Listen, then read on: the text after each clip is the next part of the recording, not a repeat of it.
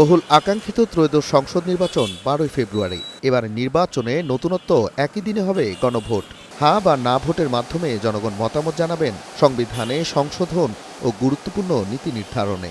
কিন্তু সংসদ নির্বাচনের ডামাডোলে অনেকটা ঢাকা পড়েছে গণভোটের বিষয়টি। দেশের প্রত্যন্ত মানুষের কাছে গণভোট কি ও কেন তা এখনও পরিষ্কার হয়নি। রাজধানীর সিডাপ মিলনায়তনে গণভোট 2026 কি ও কেন শীর্ষক গোলটেবিল বৈঠকে এই প্রসঙ্গ উঠে আসে। বিভিন্ন জেলা থেকে আসা সুজনের প্রতিনিধিরা তুলে ধরেন কিছু বাস্তবতা। একটা পরিবর্তনের মাধ্যমে জনগণের কাঙ্ক্ষিত বাংলাদেশ তৈরি হবে,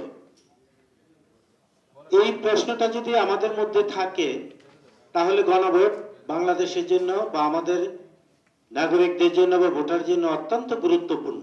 ভরসা পেতে নিজেকে হতে হয় পাতের মতো দৃঢ়, ঠিক যেমনটা জেরুসালেম। সুজন সম্পাদক বলেন, গণভোট নিয়ে ভোটারদের প্রস্তুত করাই এখন বড় চ্যালেঞ্জ। এ নিয়ে নির্বাচন কমিশনের পাশাপাশি রাজনৈতিক দলগুলোর বড় ভূমিকা রাখার কথা বলেন তিনি। আমরা মনে করি গণভোট কি, এটি কিভাবে এবং কোন পদ্ধতিতে অনুষ্ঠিত হবে, এর তাৎপর্য কি, এসব বিষয়ে জনগণের মধ্যে এখনো অস্পষ্টতা রয়েছে। জুলাই জাতীয় সনদের প্রস্তাবনাগুলো রাজনৈতিক বিভাজনের ঊর্ধ্বে উঠে সংস্কারের একটি গুরুত্বপূর্ণ ভিত্তি তৈরি করবে।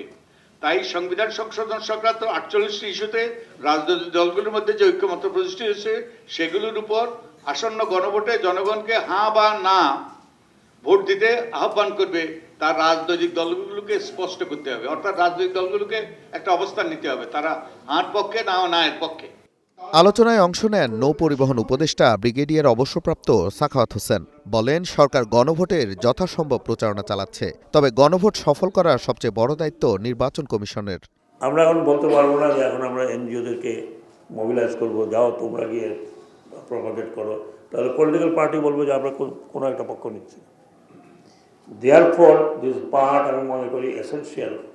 ইলেকশন কমিশনের কাজ এবার শুধু ভোটটা করানো নয়, তাদের কাজ হচ্ছে গণভোটটা কি পাবলিককে বলা, কারণ এই গণভোটও তাদেরকে কন্ডাক্ট করতে হবে। ইট ইজ দেয়ার রেসপন্সিবিলিটি, তাদের রেসপন্সিবিলিটি। কাজে আমি এই নির্বাচন কমিশনকে অনুরোধ করব যে আপনারা মোবিলাইজ করুন, আপনারা নিজেরা বাইরে যান। শুধু ভোট কেমন হবে, ভালো হবে খারাপ হবে সেটা না, গণভোটটা কীভাবে হবে এটা জনগণকে বোঝাবার চেষ্টা করেন। দেশের স্বার্থে বিভিন্ন সংস্কার ও সংবিধানের পরিবর্তন দরকার বলে মন্তব্য করেন একসময় নির্বাচন কমিশনের দায়িত্ব পালন করা সাখাওয়াত হোসেন। প্রশ্ন রাখেন, রাজনৈতিক দলগুলো আসলে কি চায়। প্রবলেমটা হচ্ছে মন মানসিকতা। আমাদের রাজনৈতিক দলের মন মানসিকতাটা কি, তারা কি আগের মতোই চলতে চায় না তারা পরিবর্তন হতে চাচ্ছে। Nazmul Hasan, star news, Dhaka.